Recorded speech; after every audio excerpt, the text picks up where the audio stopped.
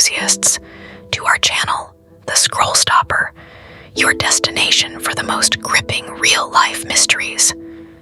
Today, we dive into a story that will send shivers down your spine. This is the chilling account of Dr. Harold Shipman, the serial killer doctor who betrayed the trust of an entire community, leaving behind a trail of unanswered questions, sorrow, and systemic failures. Our story begins on January 14th, 1946, in Nottingham, England. Born into modest circumstances, Harold Shipman was a bright, promising child. His early years hinted at a future in medicine, a field where trust, care, and compassion are paramount. Shipman went on to study at the Leeds School of Medicine, graduating in 1970 with honors. By the mid-1970s, he had established himself as a general practitioner in the quiet town of Hyde, Greater Manchester, a place where neighbors knew one another and trust in your local doctor was a given. Imagine a community where you willingly share your vulnerabilities, entrusting your health, and sometimes even your life, to someone you believe will help you through your darkest moments. For decades, Shipman cultivated this trust. His gentle bedside manner and unwavering dedication earned him a sterling reputation. But behind that warm smile lurked a secret far more sinister than anyone could ever imagine.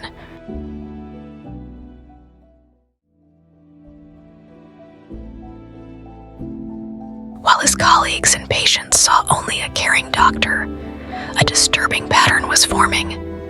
Over the years, a series of deaths among Shipman's elderly patients began to appear. Deaths that, on the surface, were chalked up to natural causes. In the quiet of a trusted practice, a horrifying truth was slowly being woven into the fabric of everyday life. What made Shipman's case so terrifying wasn't the overt brutality of his actions. It was his methodical, almost clinical approach. He began to administer dangerously high doses of diamorphine, a powerful opioid, under the guise of routine care. In a community where the passing of the elderly was often accepted without question, these anomalies were easily dismissed. After all, who would suspect that the very doctor meant to save lives could also be the one orchestrating their untimely deaths?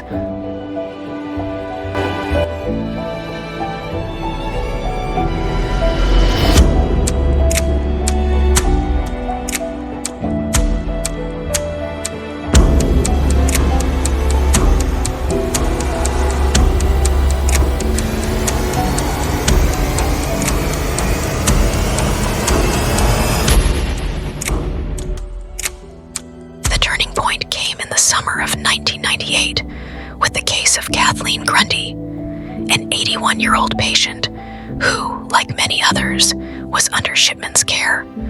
On September 7th, 1998, Grundy's death was recorded with the same clinical efficiency that had characterized so many other cases. But for those who looked closer, something was deeply amiss. Her death certificate showed an alarmingly high dose of diamorphine, a level that no natural decline could explain. Friends and family found the official explanation unsatisfying. How could such a trusted doctor be responsible for what appeared to be an unusually rapid demise? The inconsistencies in Kathleen's records planted the first seeds of doubt. Investigators, driven by both professional rigor and a natural human urge to protect the vulnerable, began to dig deeper. Their instincts told them that behind the veneer of routine care lay a pattern of deception and murder.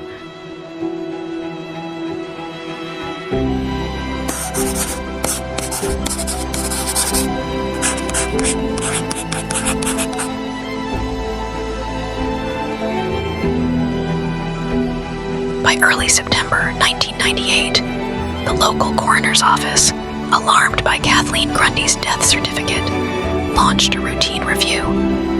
What they discovered was far from routine. As forensic pathologists and police detectives re-examined Shipman's extensive records, a chilling pattern emerged, an almost identical method of death repeated over decades. Detective Inspector led the team that painstakingly cross-referenced death certificates, prescription logs, and autopsy reports. They uncovered subtle but undeniable clues: unusually high doses of diamorphine, manipulated records, and a series of deaths that couldn't simply be explained by old age. The case of Kathleen Grundy was no isolated incident. It was the tip of an iceberg hiding an unimaginable horror. Within weeks, the investigation expanded. The meticulous nature of Shipman's record-keeping, once a mark of his professionalism, was now seen as a tool to conceal his crimes. On September 7th, 1998, the same day as Grundy's certificate, the evidence had mounted to a point where the authorities had no choice but to act. Dr. Harold Shipman was arrested, shocking a nation that had placed its faith in him without question. Imagine the betrayal. The very person you trust with your life becomes the architect of your worst nightmare. Fast forward to January 2000. The trial of Dr. Harold Shipman became one of the most high-profile and gut-wrenching cases in British history. In a packed courtroom filled with grief-stricken families and a public desperate for answers, the full extent of Shipman's crimes was laid bare. Testimonies detailed how Shipman had used his trusted position to administer lethal injections under the guise of alleviating pain. Forensic experts demonstrated how his manipulation of medical records allowed him to erase evidence and create a facade of natural death. On January 31st, 2000, the verdict was delivered. Shipman was found guilty on 15 counts of murder. Yet, even as the gavel fell, many believed that the true number of his victims was far greater than the charges brought forward. The revelation of Shipman's crimes sent shockwaves through the medical community and the nation. It forced a complete reevaluation of how death is certified and how trusted professionals are monitored. New protocols were implemented, and the case became a grim lesson in the potential consequences of blind trust. Tragically, on January 13th, 2004, while serving his life sentence, Dr. Harold Shipman was found dead in his prison cell, his life ending by his own hand. His suicide closed the final chapter on one of the most shocking medical scandals of our time, but the impact of his actions continues to resonate. Today, Shipman's legacy is a haunting reminder. Sometimes, the darkest betrayals come from those we believe we can trust implicitly. His story challenges us to ask difficult questions about authority, accountability, and the human need for vigilance. This case taps into our deepest fears of betrayal, of the unknown lurking behind familiar faces, and of the dangers inherent in misplaced trust. As we conclude this exploration into the true life horror of Dr. Harold Shipman, we are left with a mix of disbelief and a sobering lesson. Trust must be earned, and sometimes even the most trusted figures can hide unimaginable darkness. For those of you fascinated by true crime and the psychological depths of human behavior, remember this story. It isn't just a tale of one man's monstrous deeds. It's a reminder of the importance of scrutiny and accountability, even in the most respected institutions.